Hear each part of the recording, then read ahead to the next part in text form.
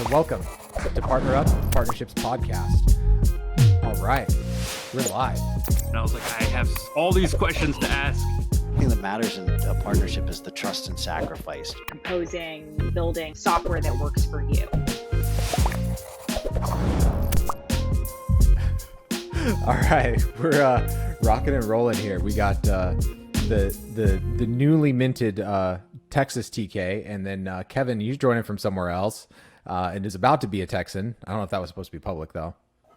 No, I don't. I'm nomadic at the moment, so you're nomadic. Yeah, we'll see what happens. All right. Well, TK, so happy to have you. Thank you for joining Partner Up. Thanks for having me.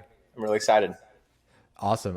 Before we hop in, just a friendly reminder that this episode is sponsored by Crossbeam. Crossbeam is a partner ecosystem platform that acts as a data escrow service that finds overlapping customers and prospects with your partners while keeping the rest of your data private and secure. So you can sign up for free at crossbeam.com. Today, though, we got the wonderful TK. And TK, we're going to be talking today about partnerships as an M&A vehicle, because you've been on the buy side and the sell side a couple different times.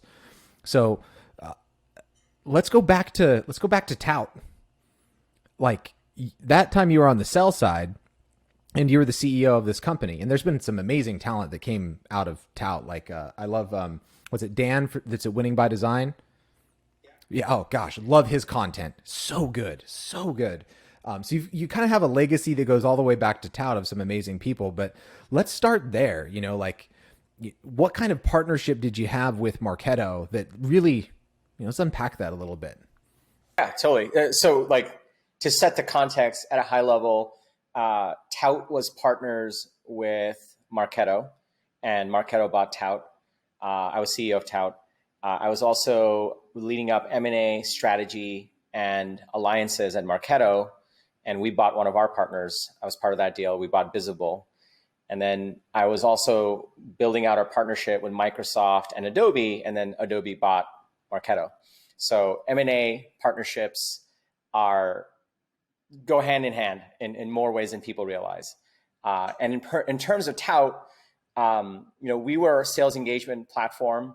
We were one of the early ones before sales engagement was a thing. There is a lot of incredible talent that came out of that company that are all over now, which is really cool. And we essentially had two big partners, and because we knew that there were going to be two likely acquirers for the company unless we went big and went IPO. One big partnership was with Salesforce, because that's where most of our customers hung out, which was salespeople and using CRM. And the second big partnership was with marketing automation providers. And that was Marketo, Eloqua, and HubSpot. And through the course of the company with Tout App, we got actually an acquisition offer from HubSpot early on, right before our Series A. Not a lot of people know about that. And then we later on got bought by Marketo. So partnerships were a big part of that. So the Tout acquisition was like such an infamous Martech acquisition. What was the partnership like with Marketo, and what do you think the metrics were that they were looking at that made them ultimately decide that this was an acquisition play for them? 75% of our customer base also use Marketo. Yeah. And that literally that was a stat that we talked about in our partnership conversations, and also literally the M&A deck when we were talking to Marketo from a more strategic perspective. And the idea and that's, when I ran alliances on the Marketo side, that's what we look for with partners that we worked with. Also, it's like, okay, if 75% of a partner's customer base are our customer base, and they're much smaller than us, then we could take that and sell it to all our other customers. And can we do that? And if we can do that, then there's a lot of strategic upside, in terms of dominating the space. And that's where it gets really interesting. Was building these partnerships with Adobe and HubSpot and Marketo, was the primary objective to get acquired? Was it a secondary objective, or was that kind of not really on your roadmap at the time? Yeah, look, when you're an early stage founder and you're going venture, and we were venture backed, we were backed by Andreessen Horowitz, we were backed by Jackson Square Ventures. You always are trying to go for as big of the pie as possible and swing as hard as possible. And so in that lens, the lens of partnerships are really about how do we get access to their customers, because we know that their customers should be our customers 100%. And like literally, if I could just get a list of all their customers, I know I could go pitch them and sell them. That was the idea behind targeting Salesforce, Marketo, a little bit of HubSpot. HubSpot wasn't quite in our core demographic or core ICP. And so for us, it was always how do we get access to their customers and how do we get unfair access to their customers? And that was the primary driver. And then there was always a secondary driver of you always want to kind of hedge your bets and have deep relationships with potential acquirers. And that's why like there was also a secondary thing of like, well, how do we continue the conversations with the top executives as well?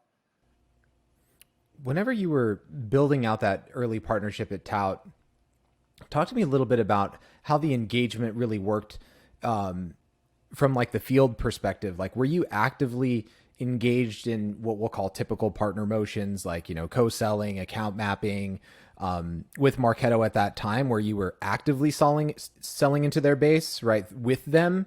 Or was that more of something that happened after the fact? Yeah, this is actually like I don't know. So honestly, dealing with as the Tout App CEO and the Tout App company, dealing with the Marketo partner organization was absolutely a nightmare. It was the worst. Their APIs weren't really great. They just wanted money for no good reason, and they like didn't have anything organized. And we were also smaller, so they weren't like sure if they wanted to give us the time of day. It was the worst. But what we knew was every single customer that we were pitching that was in the mid-market and the enterprise, like last minute on the deal, they'd be like, oh, by the way, we use Marketo also. Do you have a Marketo integration? So we needed an integration because we were losing deals because of it. And that was like one of the clearing points. So we hacked their Munchkin API and we found obscene ways of getting data into Marketo so that we could check the box on saying, yes, we integrate into Marketo and we're on launch point and you're fine. Like the data will flow and marketers will know what the salespeople are doing. And that got us to win a lot of deals. So I think for Tout App particularly, and I think this will be true depending on your audience, whether they're early stage or later stage. In the early stages, APIs as a form of business development and partnerships is super powerful. And we leveraged that like crazy with Salesforce, with Marketo, with Google. And that's what really getting in their marketplaces, checking the box on integrations, getting the data flowing one way or the other, whether we had to hack their APIs or do it through their formal APIs, we did it. And that got us a lot of traction and access in the customer base. Did you build that? Oh, go ahead, Kev. Okay. Did you build that integration primarily as a retention mechanism for your existing customers who were requesting it, or were you actually like acquiring customers from, say, Marketo with that partnership, or was it both?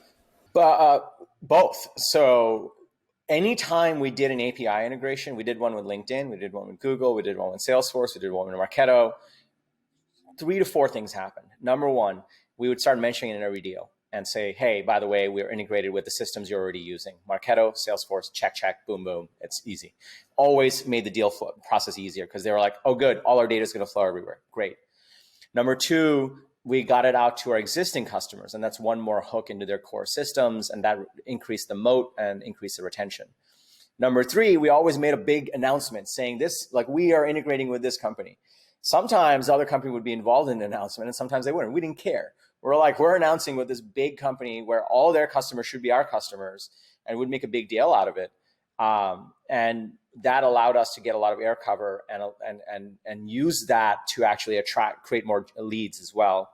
And then out of that, we would also then, that would give us fodder for advertising, either into their customer base or marketplaces, and saying, we now integrate with Marketo, we now integrate into Salesforce, and here's the key benefits that you get with this integration. So with that one single API partnership, even whether the other party's involved or not, you could do those 4 things, like increase the velocity of your deals, retain the customers with one more integration point, which increases your moat, make a big announcement, and also run advertisements on that platform's audience, which is super powerful. Were your sellers actively engaged with Marketo sellers or AMs or CSMs or not? For us, we never got into like a co-selling agreement or it's because ours was interesting. So there was an interesting mechanism there.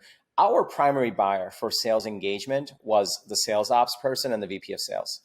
And what would always happen is all the way at the last minute on the deal, the marketing person, the demand gen person would get involved and say, hold on a second, sales is buying an email platform and they're going to now send emails like, whoa, whoa, whoa, this is blasphemous. And sales would be like, yeah, we're going to do this because you're not giving us enough. And so in order to win the deal and get marketing sign up, we had to be able to say, don't worry, whatever emails that go out will also be updated in Salesforce and Marketo so that there's never going to be any crossfire. Everyone's going to know what's going on. And that allowed us to win the deals. And sometimes that would stop us from winning the deal. So that's the reason, that's the main reason we. So I think I got a thread here that I want to pull. What's really interesting is that you had different buyers. Marketo had a marketing buyer, marketing ops didn't really exist back then. It kind of did, not really. It was more like demand gen, marketing leadership. You had a sales leader. I'm assuming what was strategic to Marketo at the time was like, we need to continue to grow. We need a olive branch into sales leadership, right? And I think a lot of people in partnerships, they're the tip of the TAM. I heard that phrase today.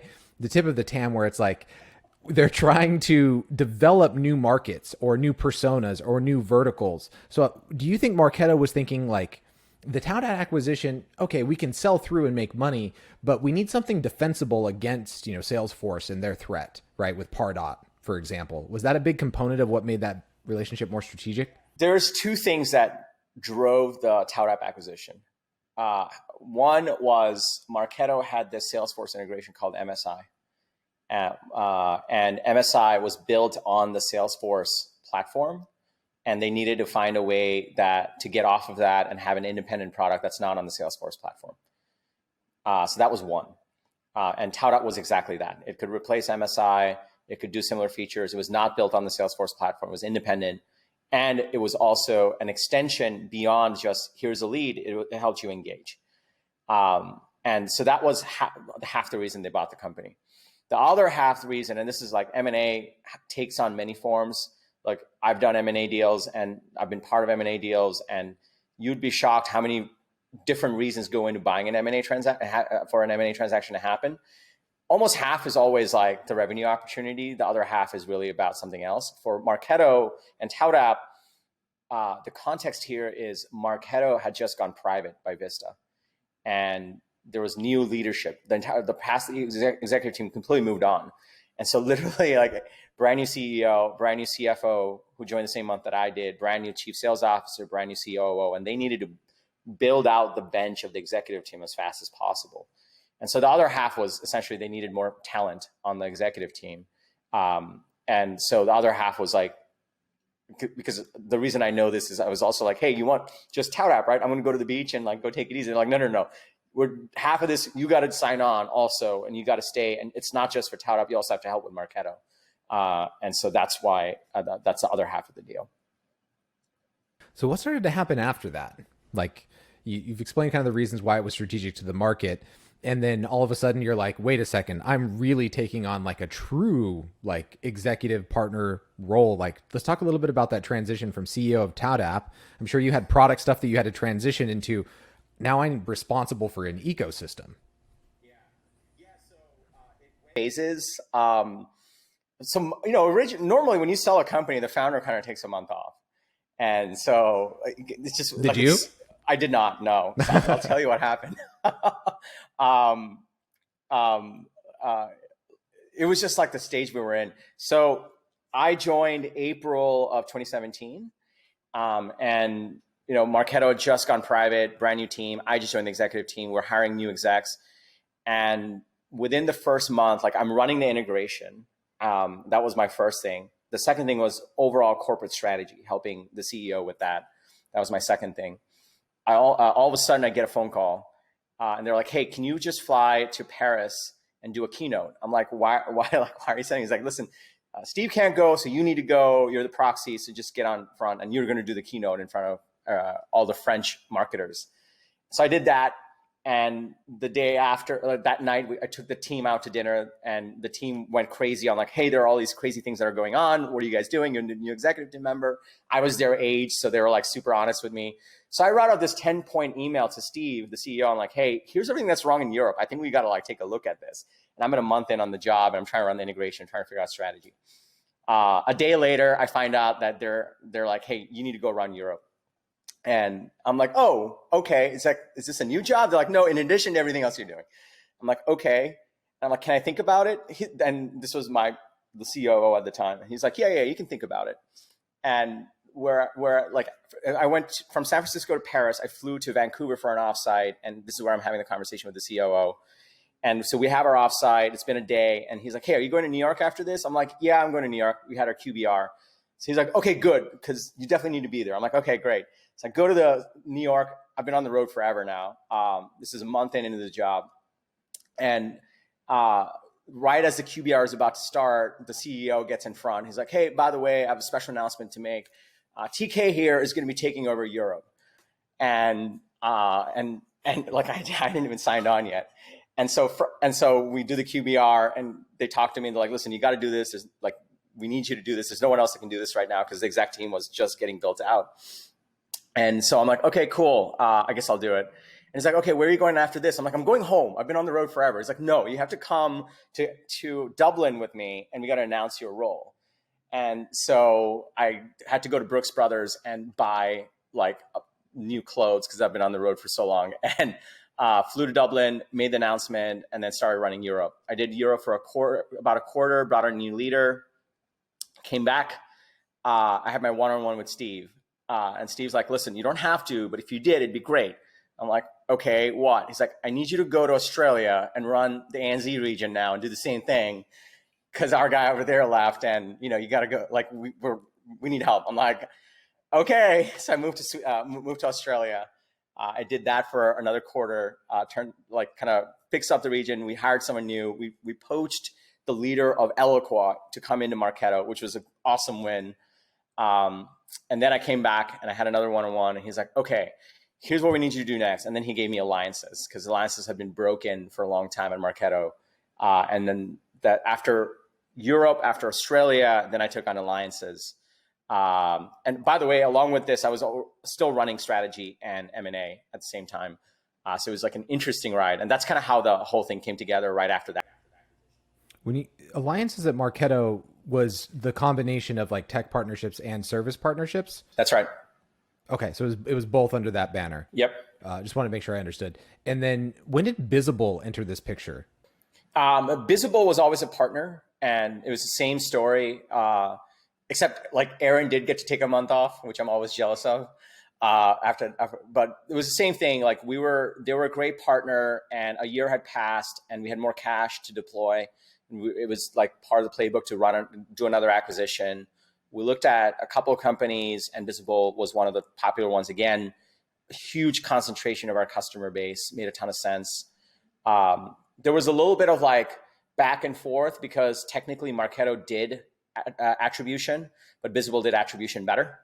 And this is one of those classic, like a startup can just focus on one key problem, not simple. It's actually a really tough problem to solve, that Aaron and his team did.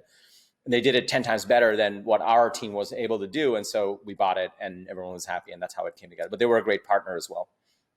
Can you talk a little bit about the relationship in that role that you were in between strategy and alliances, and like what the interplay there was between those two departments or groups?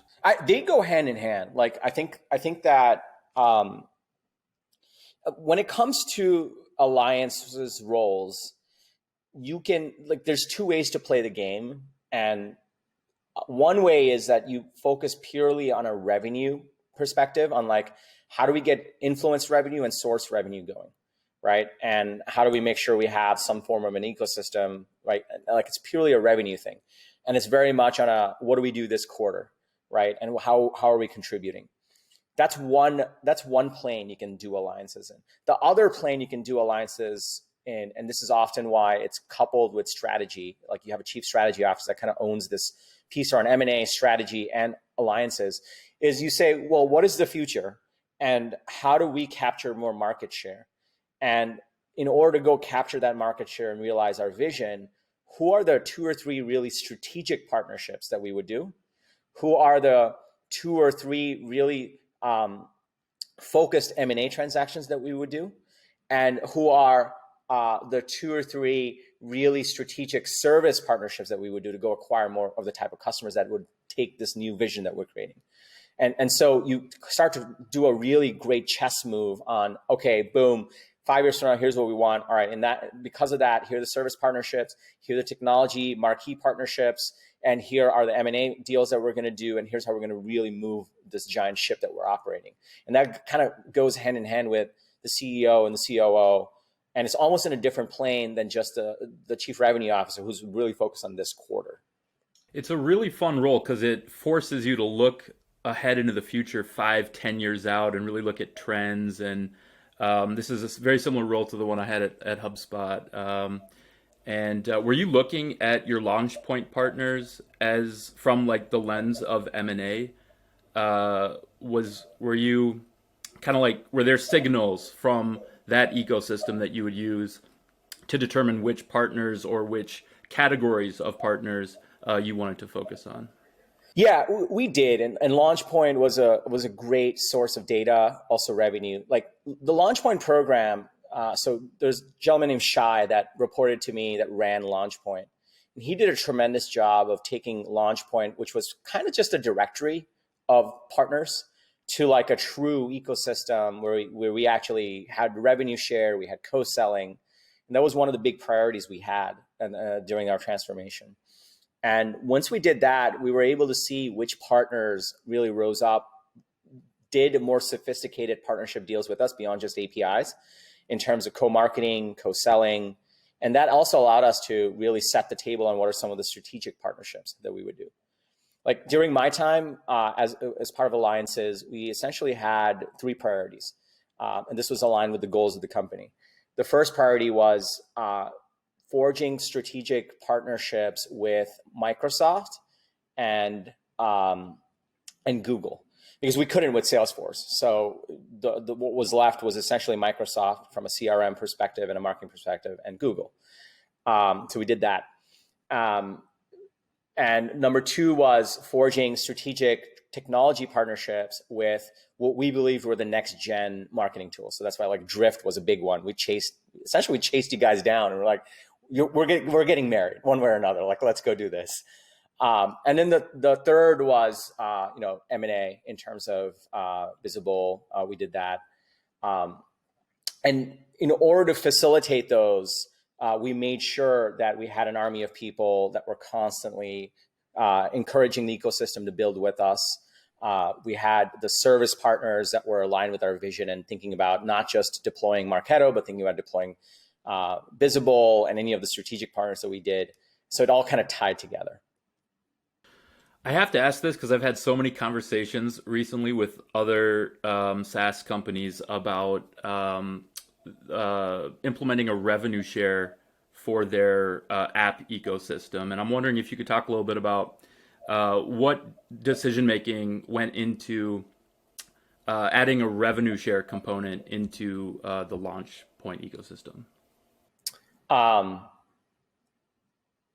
mean, it's first of all, a standard playbook, right? Like the natural evolution of a platform, if you will, is you first have open APIs because you don't really know what's possible. Then you start to understand the use cases. You pull in the use cases into being native, the ones that you're like, we should do this, this should be core to us. Once you do that, then you start to tighten up the APIs a little bit, and then you start to see what are the additional use cases that really rise up through your partners that is not going to be core, but is good additional use cases that you want to support in the ecosystem. So you kind of facilitate that. And then the third stage is you monetize that. Even though it's not core, you want to monetize the secondary use cases. So from a ruthless, we want to build a platform playbook point of view, this is exactly what Twitter did. This is exactly what Facebook did. This is exactly what, I wouldn't count LinkedIn because LinkedIn is always like kind of they always shy out from truly doing something. But the big platforms, that's essentially the playbook that they run. And Marketo essentially got to that point where we know what our core was.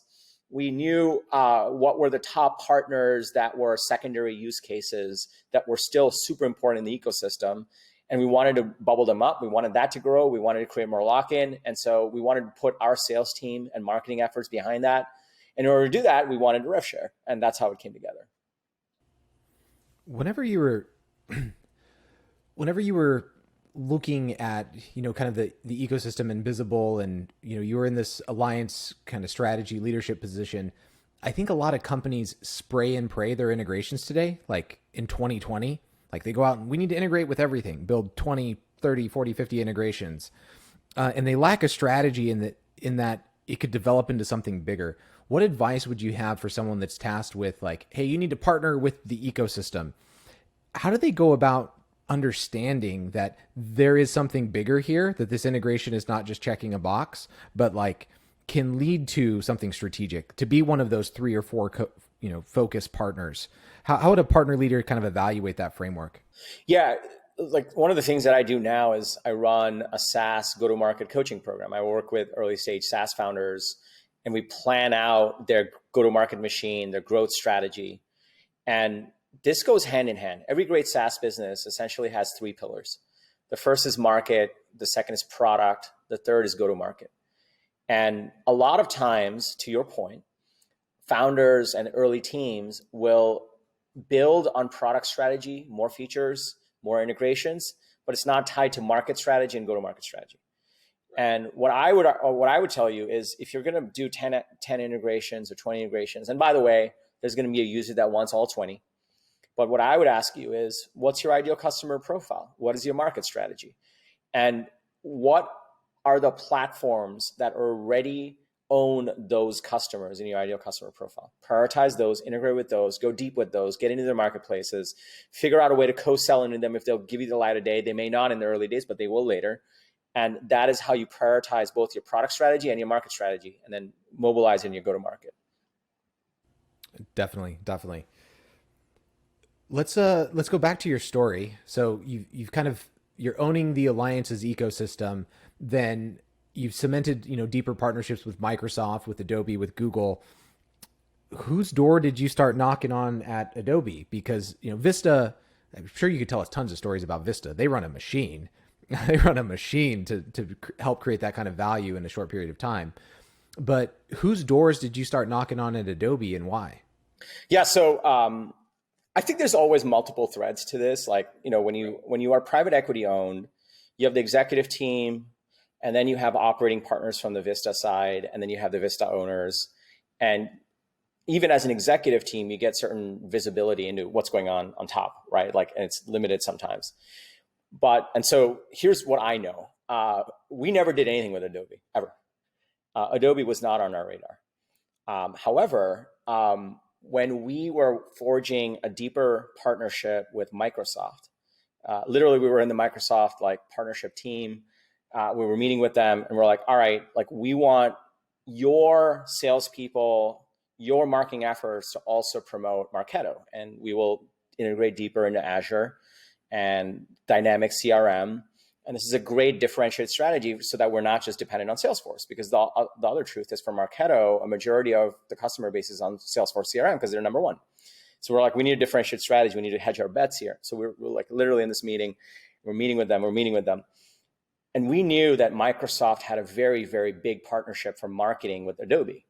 And ultimately in the deal points, what was on play was, hey, if we do this deal and Microsoft really promotes Marketo, which would be huge for us and all their sales team and everything, then you got to buy Azure. That's the kind of the give and take. And we're like, yeah, we'll do it, but we'll only do it if every time you mention Adobe, you also mention Marketo, because Adobe is B2C and we're B2B and it's complementary, and you should mention both of us.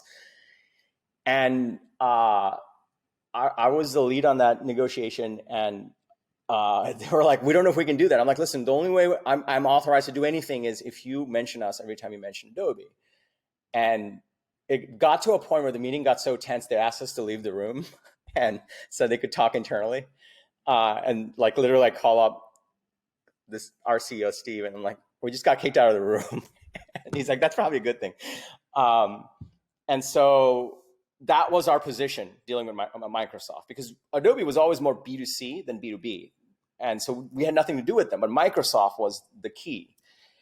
And so that conversation right after that, like I came back, I'm like, listen, we can't do a deal because they will not mention us. I think they have limitations in terms of Adobe and what they can do. So I don't know if this is worth it. And that's when it went up one more level, because they literally couldn't get to a deal with us, and Microsoft wanted to get to a deal with us. And somehow, and this is where the lines blur a little bit between what the exec team does and the operating team does and the owners do. Then we got into a conversation with Adobe. And I can't talk anything beyond that because obviously there's like super NDAs in place and everything. But that's how it came about, at least from a partnership point of view.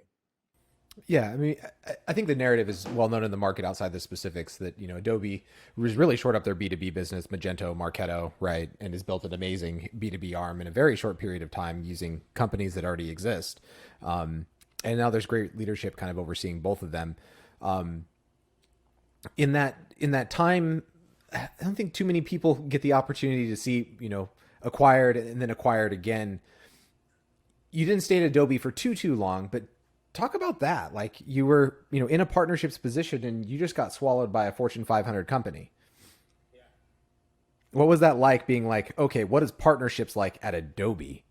Yeah. Incredible organization. One of the things you do after you get acquired is you pull in your direct reports, you talk through the acquisition, what this means for them. Because it's always a scary time it's an exciting time, but also a scary time, because they're like, what happens to me? What happens to my job?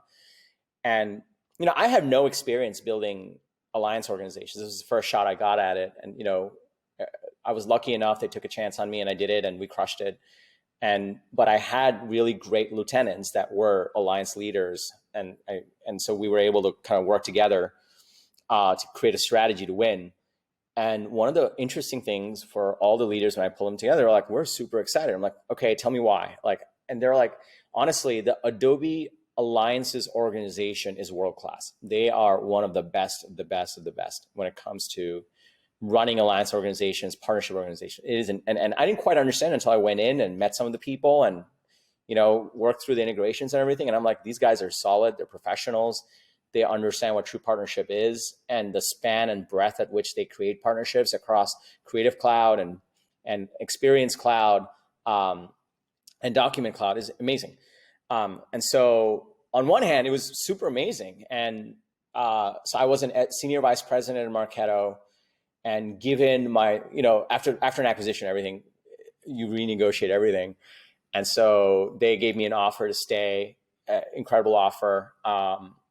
And then like Steve kind of pulled me aside and a couple others, and they were like, hey, you should interview for this other position. And this other position was part of the strategy organization at Adobe, rolling in, which supports the executive team at Adobe. And so I got to meet a lot of the exec team members at Adobe to interview for that position. And I didn't get that position. I knew I wouldn't, but it was still worth it to give it a shot. And they invited me. What? Why? Because they need to pull in some Bain, McKinsey, Accenture consultant for that, or what? That, and I don't think Adobe is ready for I was 36 at the time, a 36-year-old VP. And I literally told the recruiter this. I'm like, VP listen, title at Adobe is like, it's intense. That bar is very high. They only have like 100 VPs in the entire company. That's right. How many employees? I want to say 15,000, but I might be wrong. Yeah, it's insane. It's an extremely high bar. The CEO of Informatica, Anil, just came over to Adobe as a VP, which is crazy. Yeah. No, VP is a big deal. It is huge, and senior director is also big deal. And that's what they gave me. They were like, you're going to be senior director. It is big. It's all huge.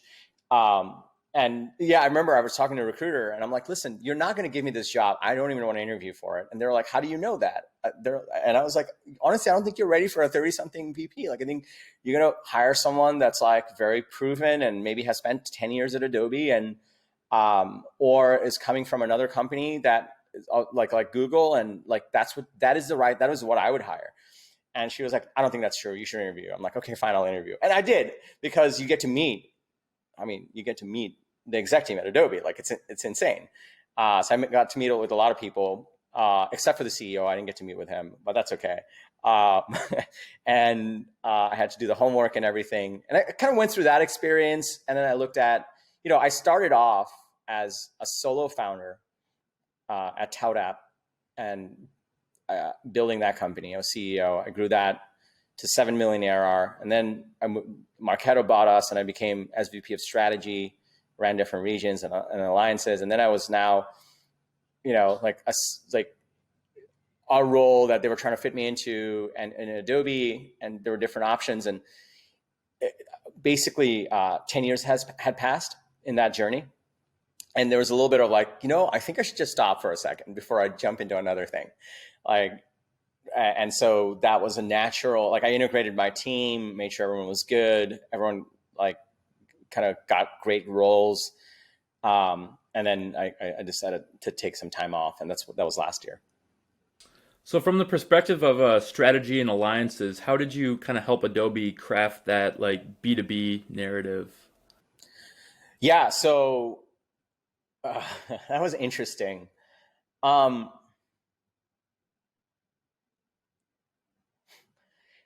an organization that didn't really have a B2B arm, they had a lot of opinions on what a B2B arm should be. And I think what was interesting in that, I only spent 3 months there. And so most of my time was like, hey, here's what I would do. I'm leaving, but best of luck. Here's what I would do. And so I think they already had preconceived notions on what that was going to be. And I think they were kind of just like, and none of the executive team is there right now at Adobe, the Marketo executive team. Everyone's moved on. And so I think the general, and this is not a bad thing, this is just a thing, they had a pretty clear plan. And they were like, thank you very much. We'll take the asset. We'll take it from here. And that's kind of how it generally went. And so didn't have much influence beyond some strategy briefs that I sent over that they appreciated. And that was it. Let's try to go into some tips here. So on the sell side, if you're building partnerships, what are TK Kaders?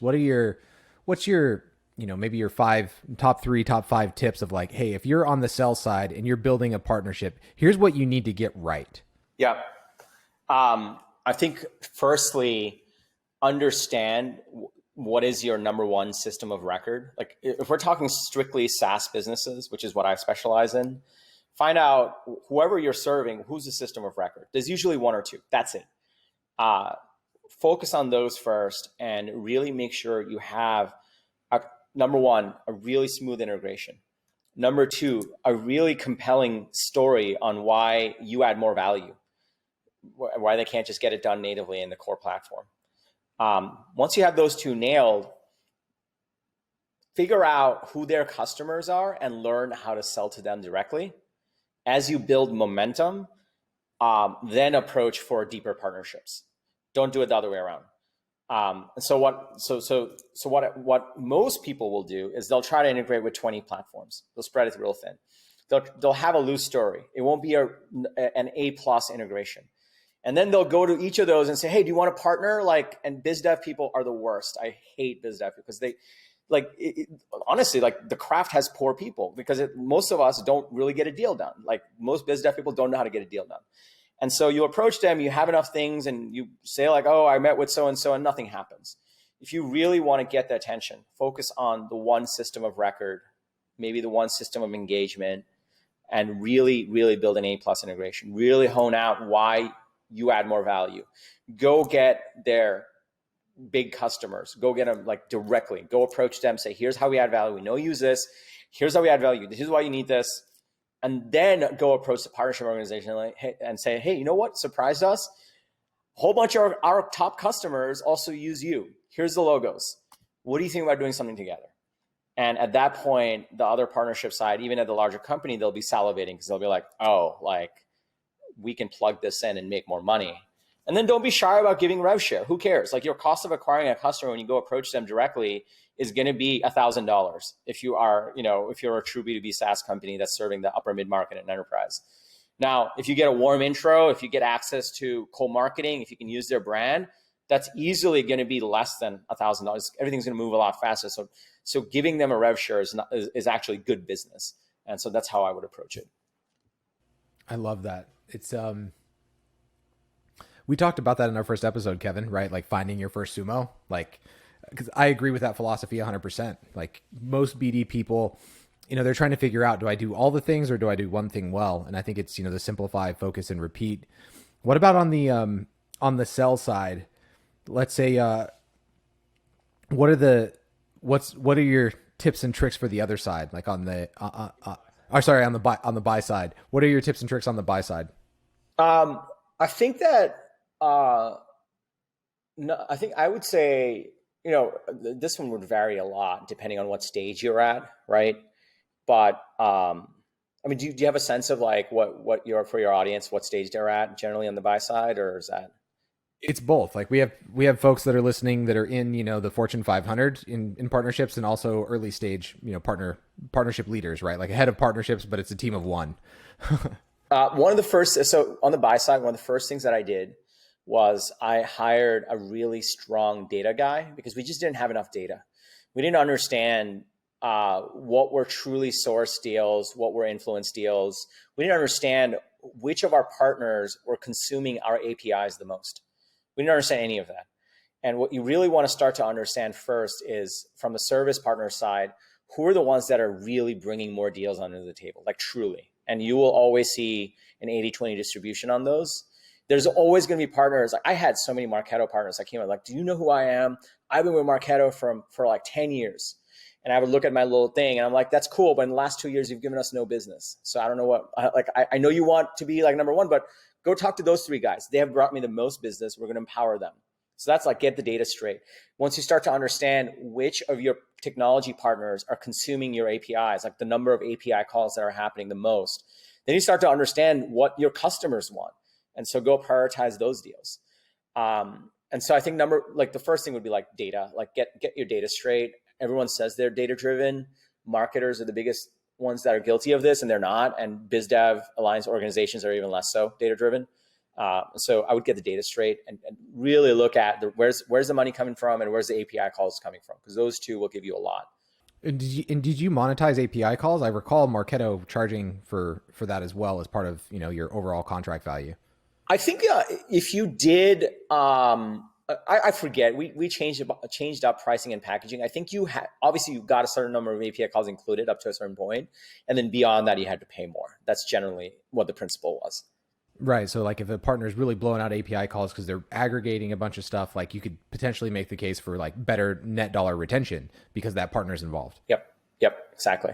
So data is number one.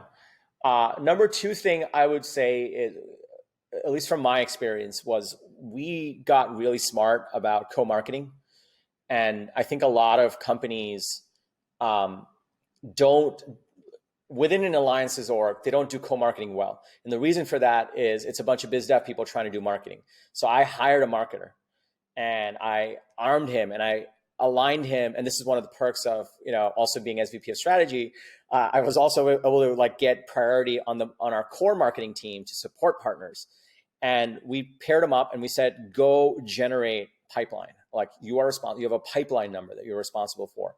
But you can what you have an advantage on is you have 3 to 5 of these top revenue generating partners, and you have 3 to 5 of these top technology partners. Use them, run a marketing campaign, and that is why like under when I ran alliances, we had our largest in company history in terms of source revenue and influence revenue ever.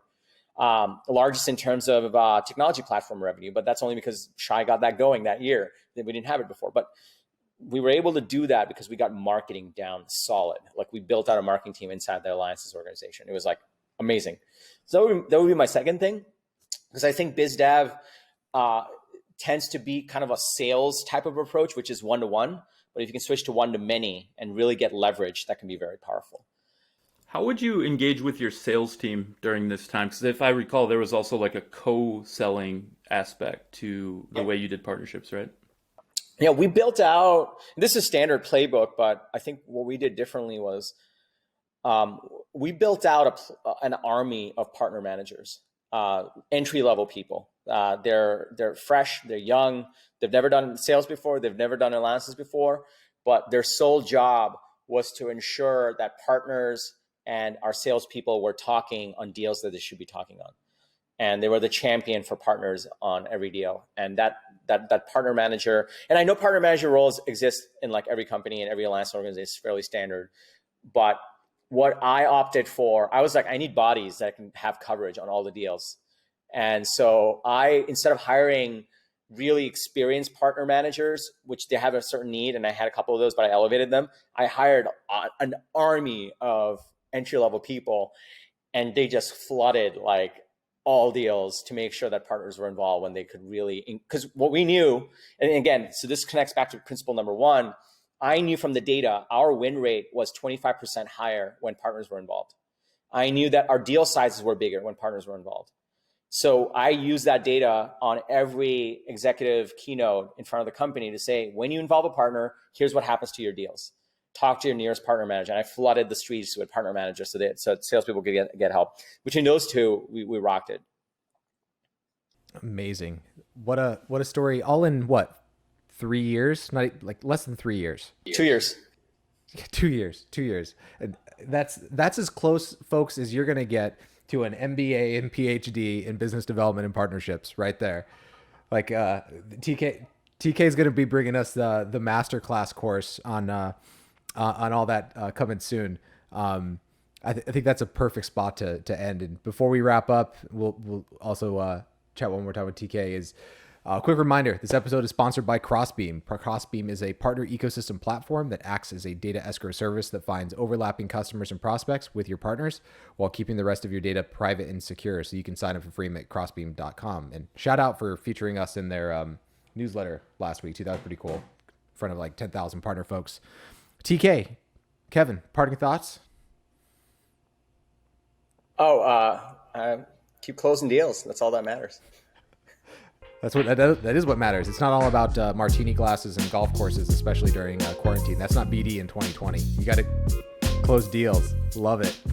Awesome. TK, thanks so much for coming. Thank you for having me. This was a blast. We're going to have you back on.